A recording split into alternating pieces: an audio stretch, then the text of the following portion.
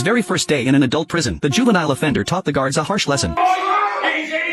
The standoff dragged on. The guards had no way to deal with him, but what he did wasn't meant to be used as leverage. He was simply rebellious. After being comforted and persuaded by a psychologist, he finally gave in. As a result, Jack was locked in solitary confinement for 3 days and 3 nights, but he showed no signs of remorse. The moment he was released, he got into trouble again. During lunch, he slammed his tray onto the table. The elderly black inmate serving food was clearly displeased. He directly used his hand to place the food onto the tray. He wanted to teach this arrogant white kid a lesson.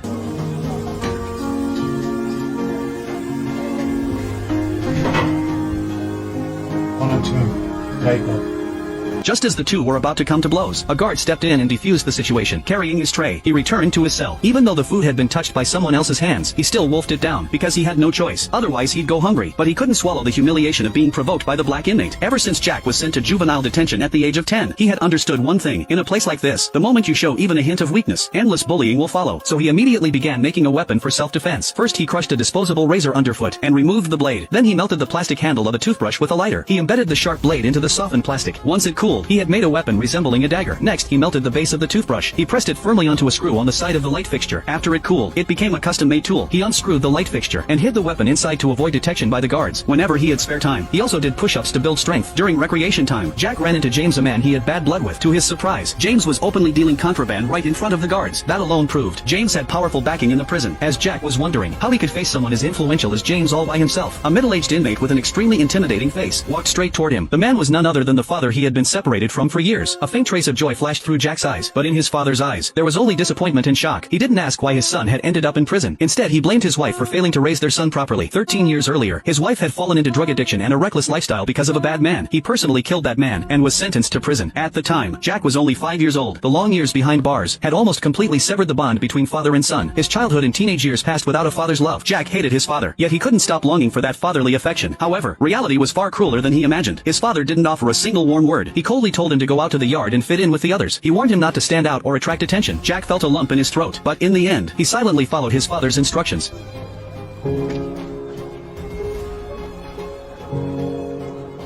Even though his father sternly told him to stay out of trouble, Jack had no intention of being obedient. Back in his cell, he wanted a cigarette to calm his emotions, but he discovered his lighter no longer worked, so he asked an inmate in the opposite cell for a light. The man refused. Apologetically, he explained that he only had one lighter. Upset by his father's attitude, Jack tossed and turned on his bunk. Eventually, he drifted off to sleep. Suddenly, the inmate quietly entered his cell. Bro.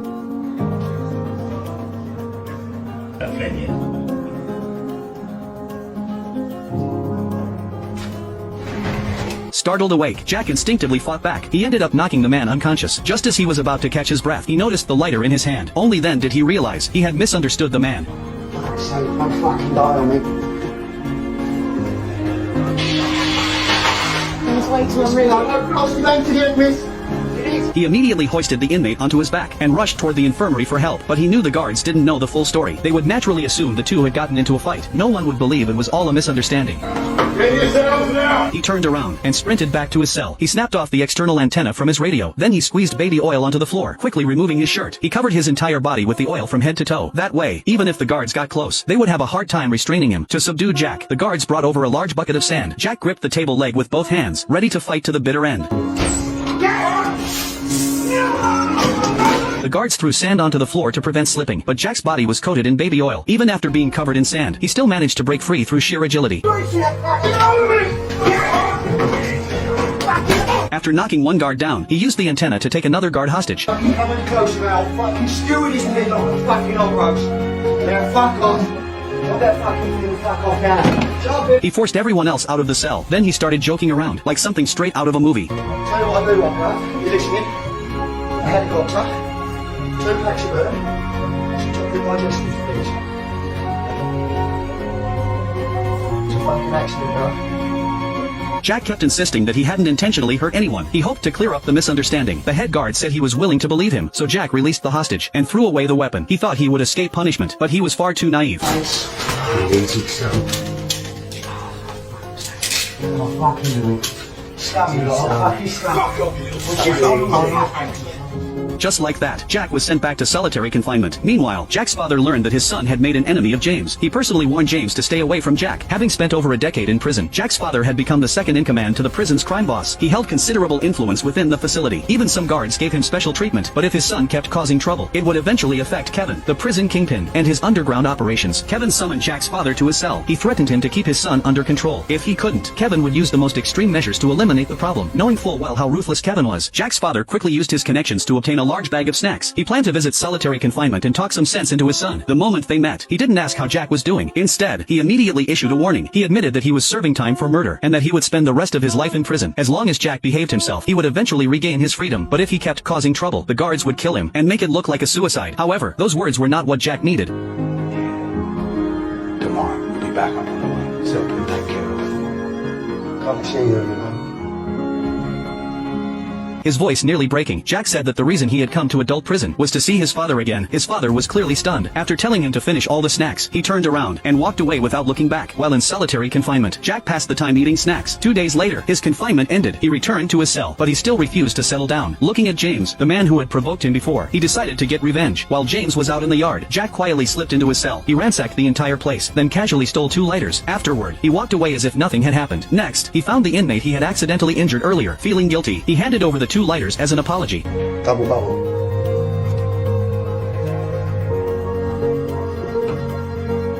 But the moment he returned to his own cell, James realized someone had gone through his belongings.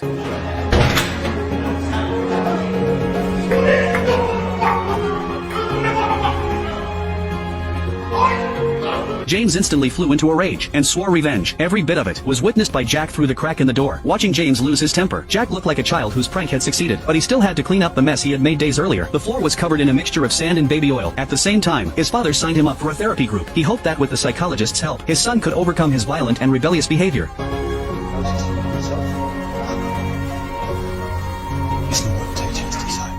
Those words only made Jack more resistant. When the psychologist reminded him that smoking was prohibited, he ignored him completely.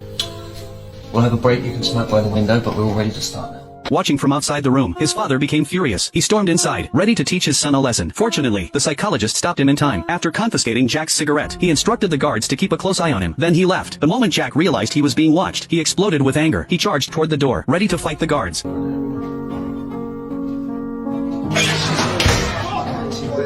Listen, it's been fucking up in here. I found some Listen, extremely well. I would be grateful if you could escort him back to the wing. He fucking threatened me. Can I have my pen back, please? Thankfully, the psychologist skillfully calmed the situation. The riot was stopped before it could begin, but with a temper like his, trouble was inevitable. Sure enough, the moment he returned to his cell, a guard deliberately left the door unlocked. Not long afterward, several drug addicts rushed inside. They cornered him against the wall. A storm of punches and kicks rained down on him. Fortunately, students from the therapy group witnessed the attack. Without hesitation, they rushed into Jack's cell. Given a chance to breathe, Jack launched a furious counterattack. As he gradually lost control again, his fists carried years of bottled-up anger. Seeing this, the others immediately stopped him. Afterward, Jack thanked the 2 men. Unable to contain his curiosity, he asked why they had helped him. Only then did he learn that the psychologist had been worried about him, afraid he would keep getting into trouble. He had asked the group members to look out for him. What surprised Jack even more was that the psychologist wasn't a prison employee, and he had never accepted a single cent. He did all of this simply to help people who struggled to control themselves. The group members themselves had once been just as angry and violent as Jack, but now they had clearly changed. After hearing that, Jack's opinion of the psychologist began to shift for the first time. However, the moment he returned to his cell, his father followed him inside. He had witnessed the conversation between Jack and the group members, and it filled him with dissatisfaction and possessiveness. He couldn't understand why his son would seek help from others instead of him. In his eyes, his son seemed to be his personal property. After that, Jack attended a group session voluntarily for the first time. This time, he was much calmer. Perhaps the therapy was beginning to work. When it ended, he went straight to his father's cell. He sincerely wanted to have an equal conversation. He wanted his father to truly listen to him, instead of constantly giving orders from above. But his father simply wouldn't listen. He stubbornly assumed that Jack had been bullied and had come seeking his protection, but was too afraid to admit it. Faced with such an impossible conversation, Jack looked helpless and even more disappointed. He silently stood up, then walked away without looking back. Once again, their attempt at communication ended badly. He had no idea what would become of his relationship with his father. A direct confrontation seemed inevitable, but for now, he could only do what he had done on countless lonely nights, swallow all his emotions alone. Fortunately, as he attended more and more therapy sessions, his condition gradually improved. But James's revenge wasn't over. One day in the shower, Jack was suddenly attacked. The assailants were drug addicts sent by James, and they were clearly trying to kill him. Fortunately, he pretended to pass out and managed to turn the tables. After learning that James had ordered the attack, Jack was consumed by rage. He immediately returned to the prison, retrieved his hidden weapon, and went straight to James. After roughing him up, James revealed a shocking secret. The whole thing had actually been ordered by Kevin. Kevin had wanted him dead from the start. Jack lost control once again and stormed toward Kevin's cell just as he was about to attack. His father grabbed him and pinned him down. When Jack demanded answers, Kevin calmly denied everything, pretending he knew nothing about it. Without any evidence, Jack had no choice but to let it go. But deep down, his father knew the truth. James would never dare frame Kevin. Later, Kevin kept Jack behind for a private conversation. He told him that he wanted a quiet and peaceful prison, and that he didn't want Jack causing problems that might interfere with his business. Jack agreed, and the conflict appeared to be resolved. To help his son learn to control his emotions, his father even joined the therapy group himself. But clearly, the two of them were incapable of communicating. The moment they met, they started arguing fiercely. Ironically, the father's anger was even harder to control than the son's. After unleashing a barrage of rage, he stormed out. The way he lost control was practically a mirror image of Jack when he first arrived. His father's behavior also affected Jack. Soon afterward, he clashed with other group members. Before long, everyone in the group lost control. They shouted insults, and even came to blows. Yet this time, Jack was the first to calm down. He suppressed his anger, urged everyone to stop fighting, and took the initiative to apologize. Gradually, the room settled down. However, this incident caught the captain's attention. She immediately called the warden. The warden assumed Jack was causing trouble again. Ignoring the psychologist's explanation, he disbanded the therapy group that had just begun showing results. But the truth was far more complicated. The people behind it wanted Jack to disappear from the prison forever. As for the person responsible for the entire mess, Jack directed all of his anger at his father. Fucking running your guns in the fucking group. Fling the tampon around. So off the fucking jail come on top. Embarrassing. He mercilessly mocked him, calling him arrogant, preachy, immature, and obsessed with saving face. Every word struck directly at his father's deepest insecurities. Unable to take it anymore, his father slapped him across the face. Although he immediately realized he had lost control, the emotions Jack had suppressed for years finally erupted. Father and son finally exploded into a direct confrontation. Jack threw punch after punch without mercy. Each strike seemed aimed at smashing out all his pain. His father refused to back down, and punched back just as hard. But after a brief struggle, his father suddenly pulled his punches, deliberately allowing his son to defeat him.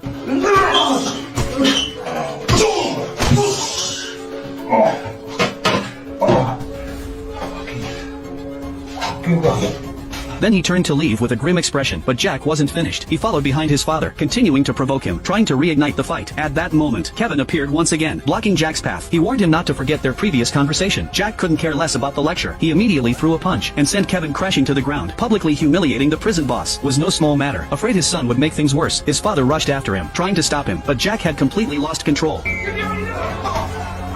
Soon, a large group of guards arrived, and forcibly separated the two. Even while being restrained, father and son continued screaming insults at each other across the crowd. After the chaos subsided, both of them were thrown into solitary confinement. But the moment his father entered the cell, his emotions completely exploded. He slammed himself against the heavy steel door, roaring at the top of his lungs. Only after the guards blasted him with a high-pressure water hose did he calm down slightly. Then, he suddenly realized something. There wasn't a single sound coming from his son's cell next door. He immediately began calling out for Jack, again and again. He had no idea what the guards might have done to him. You fucking touched him! Come on, boy, answer me! Don't fucking leave me hanging like this! And answer me! I need to hear your fucking voice! Oh, fuck off! Finally, he heard his son's voice, and let out a sigh of relief. But when he learned the guards hadn't beaten Jack, his heart sank. If something like this happened, and they didn't beat him, it meant they were planning something much worse. In fact, the captain had already received Kevin's orders. Jack was to be killed immediately. To save his son, his father threatened suicide, luring over a guard he trusted. The moment the guard removed his handcuffs, he knocked him unconscious. Then he covered the man with a blanket, making it appear as though he was still lying there himself. After escaping solitary confinement, he headed straight for Kevin's cell. Meanwhile, the captain had already arrived at Jack's cell with several guards.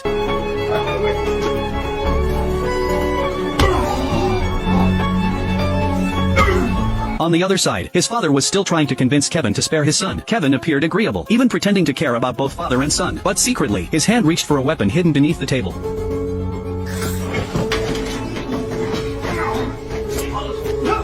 The two immediately grappled with each other, driven by a willingness to die if necessary. Jack's father quickly pinned Kevin to the ground.